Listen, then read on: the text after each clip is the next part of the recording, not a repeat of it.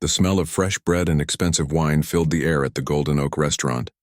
Maya Rodriguez tied her black apron around her waist for the third time that day. Her feet already hurt, but she still had 4 more hours left on her shift. She looked at her reflection in the small mirror near the staff room. Dark circles under her eyes told the story of too many sleepless nights and too much worry. Maya had been working at this fancy restaurant for 3 long years. Every day was the same. She would wake up at 6 in the morning, check on her mother, take the bus across town, and spend the next 10 to 12 hours serving rich people who barely looked at her face. But she needed this job. Her mother's medical bills were piling up like autumn leaves, and waitressing at the Golden Oak paid better than most places in town. The restaurant was beautiful, she had to admit. Crystal chandeliers hung from the ceiling like frozen fireworks. The tables were covered with white cloth so crisp it looked like fresh snow. Rich people came here to make deals, celebrate birthdays, or simply show off their money. Maya had seen it all. She had served movie stars, business owners, and politicians. They all treated her the same way, like she was invisible. But there was one thing in the restaurant that always caught Maya's attention. In the center of the main dining room sat a magnificent grand piano. It was black and shiny, so perfect it looked like it belonged in a palace. The piano had been there since the restaurant opened, but for the past 8 months it had been silent. Their regular piano player, an old man named Roberto, had retired due to his failing eyesight. The owner kept saying he would find a replacement, but he never did. Maya knew that piano better than anyone realized. During quiet moments between customers, she would find herself staring at it. Her fingers would move without her thinking about it, playing invisible songs on invisible keys. She knew exactly how those keys would feel under her hands, smooth, cool, and responsive. She knew because playing the piano used to be her whole world. Before Maya became a waitress, before the medical bills and the worry, she had been a different person. 7 years ago, she was Maya Rodriguez, the star student at the City Music Academy. She had been studying classical piano since she was 6 years old. Her teachers said she had gifted hands and a natural ear for music. They said she could have a real career as a professional pianist. Maya remembered those days like they were scenes from someone else's life. She would practice for hours every day, her fingers dancing across the keys of the old upright piano in her childhood home. Her mother would sit in the kitchen listening to her play with the biggest smile on her face. "My daughter, the musician," she would tell anyone who would listen. At the Music Academy, Maya learned to play pieces by the great composers. Mozart, Bach, Chopin, Beethoven. Their music flowed through her fingers like water. Her favorite piece was Chopin's Nocturne in E-flat major. It was beautiful and sad at the same time, like a conversation between happiness and sorrow. She had played it perfectly at her final recital, earning a standing ovation from the audience. But life has a way of changing plans. Just before Maya was supposed to graduate from the academy, her mother got sick. Really sick. The doctors said it was her heart. They could fix it, but it would cost a lot of money. More money than a music student and her single mother could ever have. Maya faced a choice that no 20-year-old should have to make.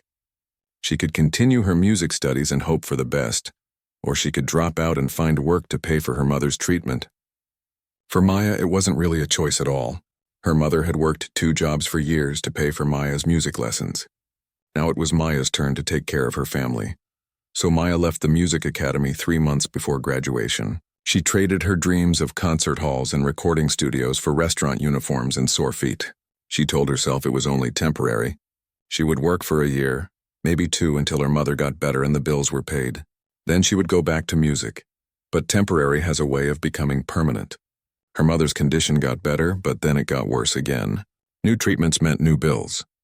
The money Maya earned went straight to doctors and medicine.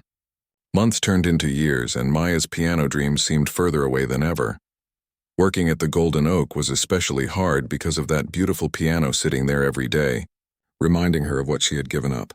Sometimes late at night after the restaurant closed, Maya would stay behind to clean up. She would find herself standing next to the piano looking at the keys. A few times, when she was sure no one was around, she had even lifted the cover and touched a key or two. The sound was perfect, rich and clear, exactly the way a grand piano should sound. Maya's co-workers didn't know about her musical background. To them, she was just Maya, the quiet waitress who worked harder than anyone else and never complained. She preferred it that way. It was easier than explaining why a trained musician was carrying plates and taking orders.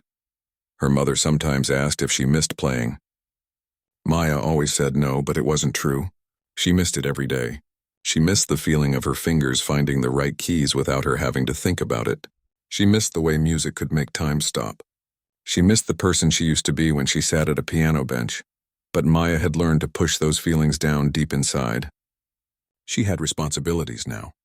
Her mother needed her medicine. The rent had to be paid. Dreams were expensive luxuries that she couldn't afford. As Maya checked her reflection one more time and walked back into the dining room, she had no idea that tonight would be different. She didn't know that in just a few hours, a demanding customer would change everything.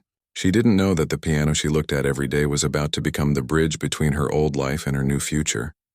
For now, Maya was just a waitress with tired feet and worried eyes, carrying plates and taking orders from people who had never had to choose between their dreams and their family's survival. Friday nights at the Golden Oak were always crazy, but tonight felt different. Maya could sense it in the air, that electric feeling when something big was about to happen. The reservation book was completely full, and her manager, Carlos, had been running around all day making sure everything was perfect. "Big night tonight, Maya," Carlos had told her earlier. "We've got some very important people coming in. Vincent Torres is bringing his whole business team for dinner." Maya had heard that name before. Vincent Torres was one of those tech millionaires who seemed to be in the news all the time. He had started some kind of computer company when he was young and sold it for billions of dollars. Now he owned half the city, or at least it seemed that way. Maya had never seen him in person, but she knew he was the kind of customer who could make or break a restaurant with just one phone call. By 7 o'clock, the restaurant was buzzing with activity. Every table was full, and Maya was moving fast between the kitchen and the dining room. Her feet were already starting to hurt, but she pushed through it. Tips were usually good on busy nights, and she needed every dollar she could get. That's when Vincent Torres walked in. Maya knew it was him right away, even though she had never seen him before. He had that presence that rich people have, like the whole room should stop and pay attention to him. He was probably in his 50s, wearing a suit that probably cost more than Maya made in 6 months. His hair was perfectly styled, and he wore a watch that caught the light from the chandeliers. Behind him came 5 other people in equally expensive clothes. They all had that same confident look, like they owned the world and were just letting everyone else live in it. Maya recognized the type. These were the people who made decisions that affected thousands of other people's lives, and they did it over expensive dinners and good wine. Carlos rushed over to greet them personally. Maya watched from across the room as he led them to the best table in the house, right near the big windows with a perfect view of the city lights. The table also happened to be right next to the silent piano. Maya was assigned to serve their table, along with 2 other waiters. Carlos wanted to make sure everything went perfectly. As Maya approached with water glasses and menus, she could hear pieces of their conversation. They were talking about some kind of business deal, using words like acquisition and market share that meant nothing to her but seemed very important to them. Vincent Torres was clearly the leader of the group. When he spoke, everyone else listened. When he made a joke, they all laughed. When he frowned, they all looked worried. Maya had seen this kind of person before. Someone who was used to getting exactly what they wanted, exactly when they wanted it. For the first hour, everything went smoothly. Maya and the other servers brought out appetizers, filled wine glasses, and stayed out of the way while the business people talked. Maya tried to be invisible, the way she had learned to do with all the wealthy customers. Serve the food, don't interrupt, and hope for a decent tip. But then Vincent Torres noticed the piano. Maya was refilling his water glass when he suddenly stopped talking and pointed at the beautiful black instrument. "What's wrong with your piano?" he asked loudly, his voice cutting through the quiet dinner conversation around them. Carlos appeared immediately, like he had been waiting for something to go wrong. "I'm sorry, sir. What do you... I mean, why isn't anyone playing it?" Vincent Torres looked around the restaurant like he couldn't believe what he was seeing. "This is supposed to be a classy place, right? Where's your piano player?" Carlos looked uncomfortable. Maya could see him trying to find the right words. "We're currently between piano players, sir. Our regular musician retired a few months ago and we haven't found a replacement yet." Vincent Torres made a face like Carlos had just told him the worst news in the world. Between piano players? What kind of answer is that? Do you know how much money my company spends in this restaurant every year? The whole dining room seemed to get quieter. Other customers were starting to look over at their table. Maya felt her stomach tighten. She had seen customers get angry before, but this felt different. This felt bigger. "I'm very sorry, Mr. Torres," Carlos said, his voice getting higher with stress. "I can look into finding someone for next time, or perhaps we could adjust your bill for the inconvenience." "Next time?" Vincent Torres laughed, but it wasn't a happy laugh. "I'm not talking about next time. I'm talking about right now. We're trying to have an important business dinner, and this place feels like a library. How are we supposed to celebrate when we close this deal?" Maya tried to step back and blend into the background, but Vincent Torres's eyes suddenly fixed on her. She felt like a deer caught in headlights, frozen with the water pitcher still in her hands. "What about her?" he said, pointing directly at Maya. "She works here, doesn't she?" Carlos looked confused. "Sir, Maya is one of our servers. I don't care what her job title is," Vincent Torres interrupted. "She's got hands, doesn't she?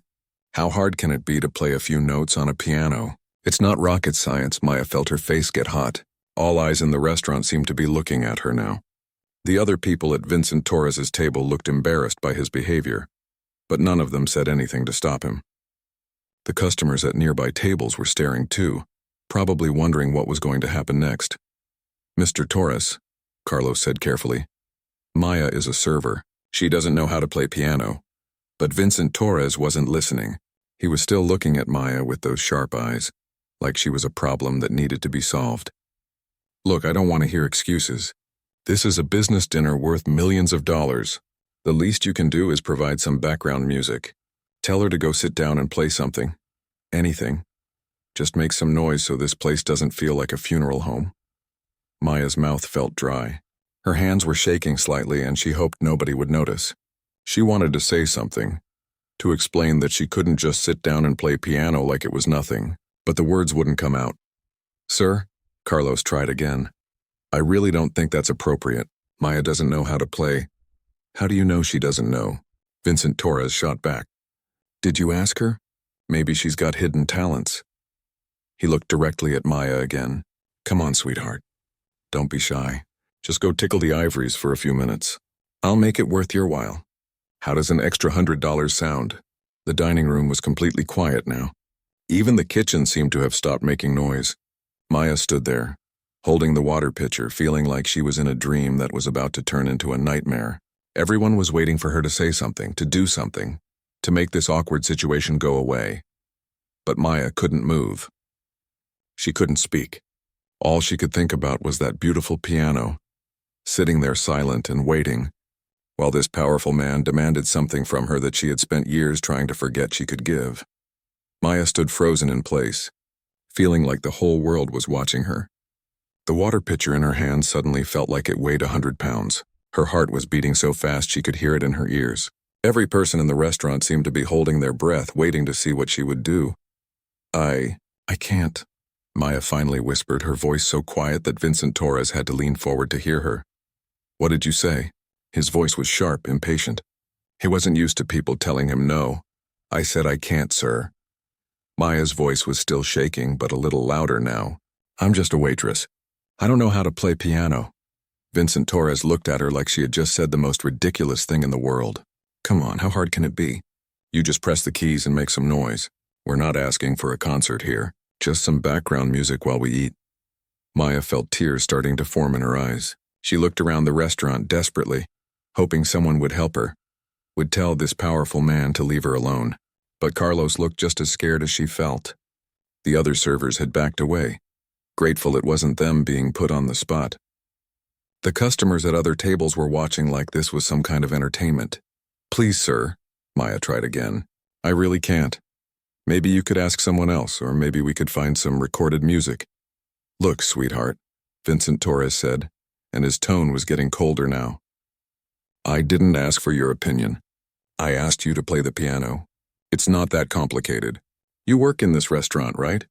Well, part of good service is making the customers happy, and right now I'm not happy." Maya felt trapped. She looked at Carlos, hoping he would step in and protect her. But Carlos was thinking about his job, about keeping this important customer satisfied. She could see it in his eyes. He was going to ask her to try. Maya, Carlos said softly, maybe you could just try? Even if you only know a few simple songs? Just for a few minutes. Maya's stomach dropped. Even her boss was against her now. She looked around the room one more time. An older couple at a nearby table was whispering to each other, looking uncomfortable with the whole situation. A woman with gray hair was shaking her head, like she thought Vincent Torres was being rude. But nobody was speaking up for Maya. I'll pay you $200, Vincent Torres said suddenly. Cash right now. Just sit down and play something for 10 minutes. That's $20 a minute. Not a bad deal for a waitress. $200. Maya's mind raced. That was almost a week's worth of tips. That money could pay for her mother's medication this month. She could buy groceries without worrying about the cost. She could even put a little bit aside for the electric bill. But the thought of sitting at that piano in front of all these people made her feel sick with fear. What if she had forgotten how to play? What if her fingers didn't remember the songs? What if she made a fool of herself in front of everyone? It had been so long since she had played anything more than a few notes in the dark, empty restaurant. Maya, Carlos whispered urgently. It's a good offer. Maybe you should consider it. Maya closed her eyes and took a deep breath. She thought about her mother, lying in bed at home waiting for her medication. She thought about all the bills piling up on the kitchen table. She thought about how tired she was of being afraid, of being invisible, of pretending that the most important part of her life had never existed. Okay, she said quietly. Vincent Torres smiled for the first time all evening. Now we're getting somewhere. Go ahead, sit down and play us something nice. Maya's legs felt weak as she walked toward the piano.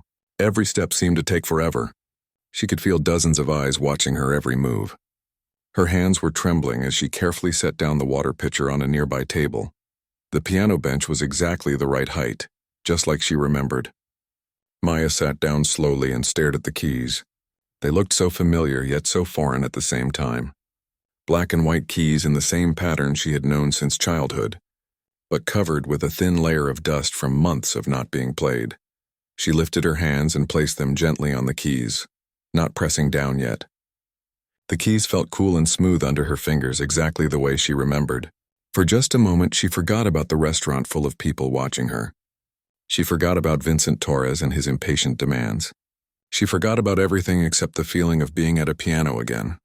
Well, Vincent Torres called out from his table. We're waiting. Maya's mind went blank. What should she play? She had known hundreds of songs once upon a time, but now she couldn't think of a single one. Her fingers felt stiff and awkward. Maybe this was a mistake. Maybe she should just get up and walk away, even if it meant losing her job. But then, without her really thinking about it, her right hand found middle C. Just one note, soft and clear. The sound seemed to fill the whole restaurant. Maya pressed the note again, a little louder this time. Then she found the next note and the next one. Slowly, like a memory coming back from a dream, her fingers began to remember. The simple melody of Für Elise started to emerge from the piano. It was a song every piano student learned, basic but beautiful. Maya's left hand joined in, adding the gentle accompaniment she had practiced thousands of times as a child. The restaurant seemed to get even quieter, if that was possible. Maya could hear her own breathing, could hear the soft sound of her fingers touching the keys. She played carefully, afraid to make a mistake, afraid to press too hard or too soft. But as the familiar melody continued, something began to change inside Maya. Her shoulders relaxed a little. Her breathing became more steady. Her fingers began to remember not just this song, but the feeling of playing music. The joy she had buried so deep inside her started to stir, just a little bit. She finished Für Elise and looked up nervously. The restaurant was still completely quiet. Vincent Torres was watching her with a surprised expression on his face. The other customers had stopped eating and were looking at her with interest. That was actually pretty good, Vincent Torres said, and he sounded genuinely surprised. I didn't expect... Well, do you know anything else? Maya's confidence grew just a tiny bit. Maybe she could do this. Maybe she hadn't forgotten everything after all. She thought for a moment, then placed her hands back on the keys. This time she chose something a little more challenging, a simple version of Clair de Lune by Debussy. As the beautiful, flowing melody filled the restaurant, Maya began to remember who she used to be. Her fingers were finding their old strength, their old grace. The music was coming back to her like an old friend she hadn't seen in years. She had no idea that her life was about to change forever. As the last notes of Clair de Lune faded away, Maya felt something she hadn't experienced in years. Her hands were no longer shaking. Her heart was still beating fast, but now it was from excitement instead of fear. The piano keys under her fingers felt like they belonged there, like they had been waiting for her to come home. The restaurant was completely silent. Maya looked up and saw that even the servers had stopped moving. Everyone was staring at her, but this time it didn't feel scary. It felt different. She could see surprise on people's faces, but also something else. Respect, maybe. Interest. Like they were seeing her for the first time. Vincent Torres was leaning back in his chair, his wine glass halfway to his lips, forgotten. "Where did you learn to play like that?" he asked, and his voice had completely changed. Gone was the demanding, impatient tone. Now he sounded genuinely curious. Maya felt her cheeks get warm. I studied music for a while. A long time ago. A while? Vincent Torres put down his wine glass and leaned forward. That wasn't amateur playing. That was real technique. Where did you study? Maya's hands were still resting on the piano keys. She could feel the cool smoothness of the ivory. So familiar yet so missed. The City Music Academy, she said quietly. But I had to stop. Family reasons. The businessman sitting next to Vincent Torres whispered something in his ear, but Vincent waved him away. His full attention was on Maya now. The City Music Academy? That's a serious music school. You don't just pick up that kind of skill in a few lessons. Maya nodded, not sure what to say. She could see Carlo standing near the kitchen door, his mouth slightly open in shock. He had worked with Maya for 3 years and had no idea she could do this. None of her co-workers knew. She had kept this part of herself locked away so completely that sometimes she almost forgot it existed. "Play something else," Vincent Torres said, but this time it wasn't a demand. It was a request. Something that shows what you can really do. Maya hesitated. The simple songs she had just played were safe. They were pieces she could play even if she was nervous, even if she made a few small mistakes. But Vincent Torres was asking for more. He was asking her to open the door she had kept closed for so long. She looked around the restaurant. More people were watching now. Some had even gotten up from their tables and moved closer to hear better. She saw the older couple who had looked uncomfortable earlier. Now they were smiling, waiting to hear what she would play next. Maya closed her eyes and let her mind drift back to the music academy. She remembered her favorite piece, the one she had played at her final recital before everything changed. Chopin's Nocturne in E-flat major. It was beautiful and complex, full of emotion and technical challenges. It was also the piece that had made her teachers believe she could have a real career in music. But could she still play it? It had been 7 years since she had attempted anything that difficult. 7 years of carrying plates instead of playing keys. 7 years of pushing down the part of herself that lived and breathed music. "I'm not sure I remember it well enough," Maya said honestly. "Try." Vincent Torres said gently. "What's the worst that could happen?" Maya thought about that. The worst that could happen was that she would make mistakes. People might realize she was rusty, out of practice. They might think she was showing off or trying to be something she wasn't. But then she thought about the best that could happen. She might remember what it felt like to really play again. She might connect with that part of herself she thought was gone forever. Maya placed her hands on the keys and took a deep breath.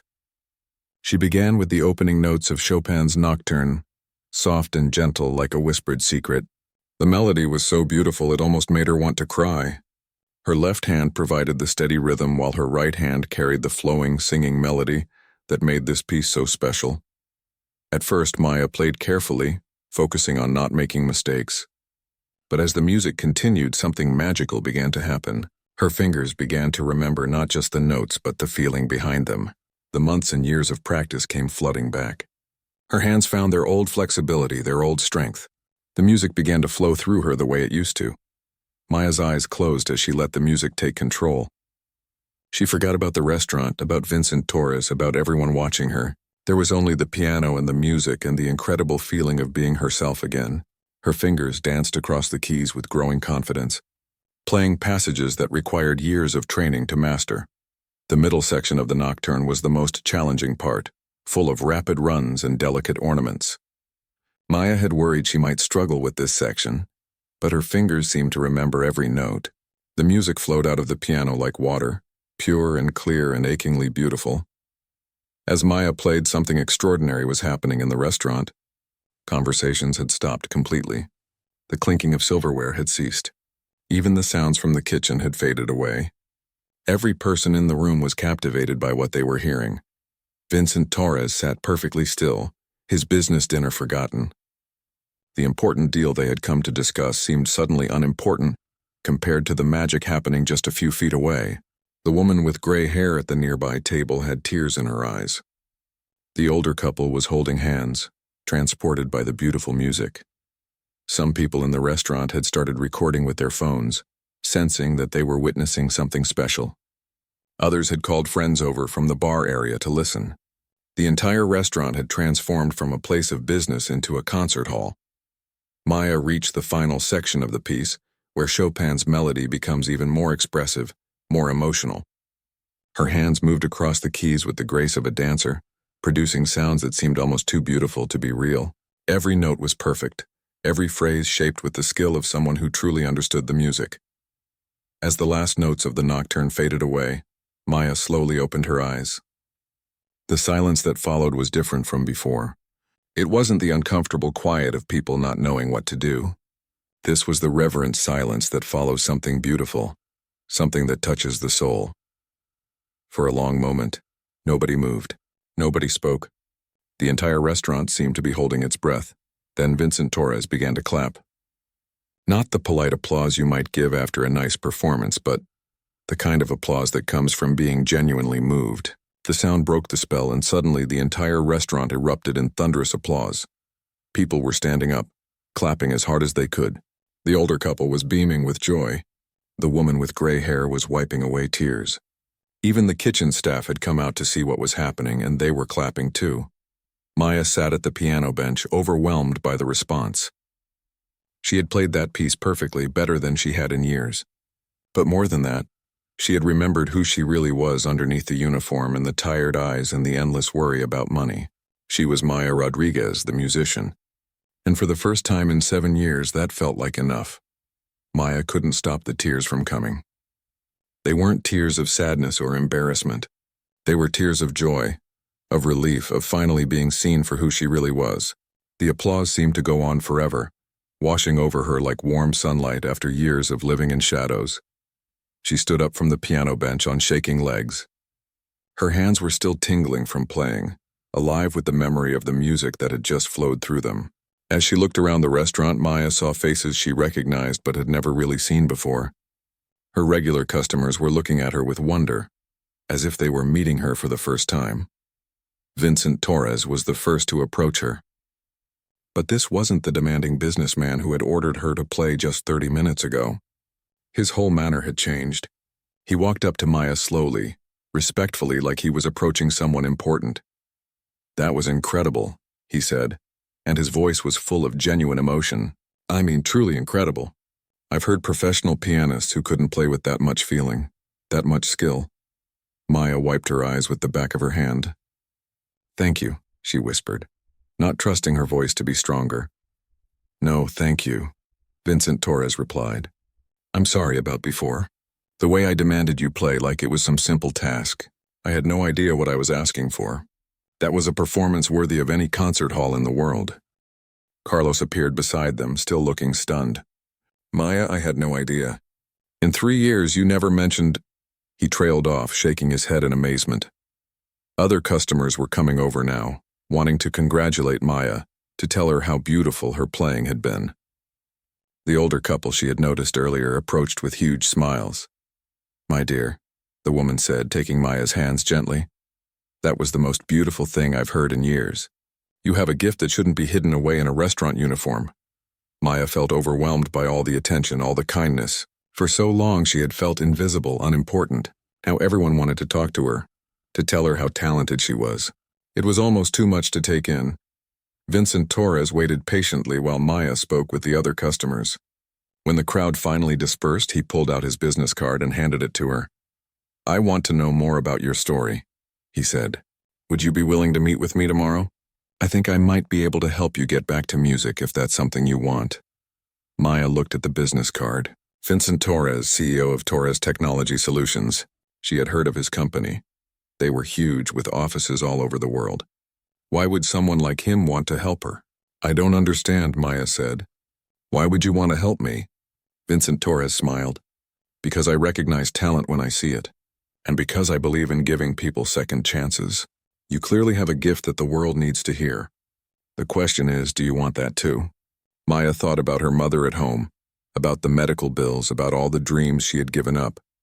I do, she said quietly. More than anything. But I have responsibilities. We'll figure it out, Vincent Torres said confidently. Trust me. The next few months passed like a dream Maya was afraid to wake up from.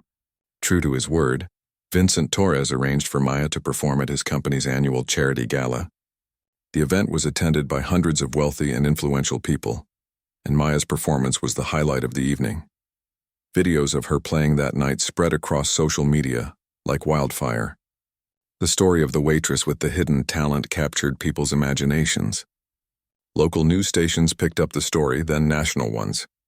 Maya found herself being interviewed on television, sharing her story of sacrifice and rediscovered dreams.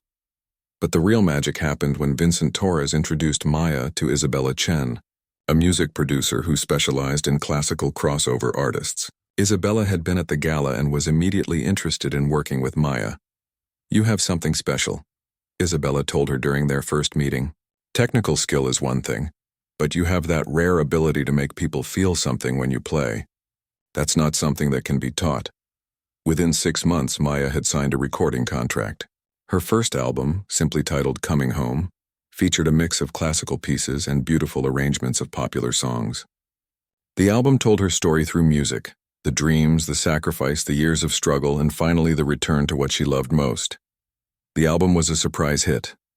It reached the top of the classical charts and even crossed over to mainstream success. Maya found herself performing in concert halls she had only dreamed of seeing as a student.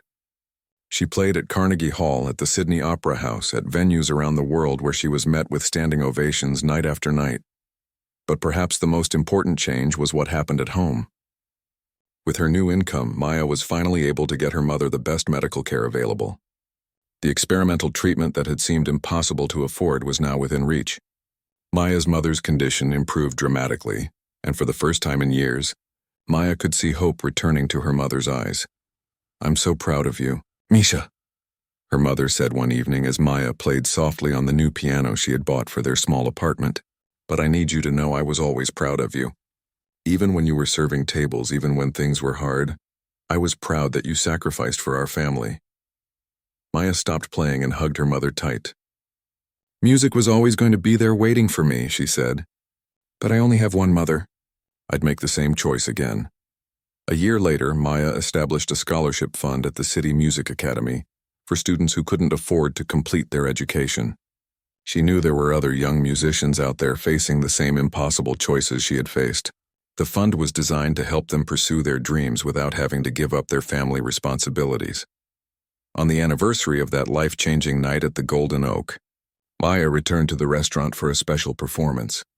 Carlos had kept her job open, though they both knew she would never need it again. The same piano where she had rediscovered herself was now polished to a perfect shine, and a small plaque had been installed that read, "Where Music Lives Again." As Maya sat down at the familiar bench, she saw familiar faces in the audience. Vincent Torres was there along with his wife and children. The older couple who had encouraged her that first night sat in the front row. Even some of her old co-workers had come to hear her play. But the person Maya was most happy to see was her mother, sitting at the best table in the house, healthy and smiling and glowing with pride. Maya began to play Chopin's Nocturne in E-flat major, the same piece that had changed everything a year ago. But this time, she played it not as a frightened waitress hoping to get through the song without mistakes. This time she played it as herself, Maya Rodriguez, the musician who had found her way home.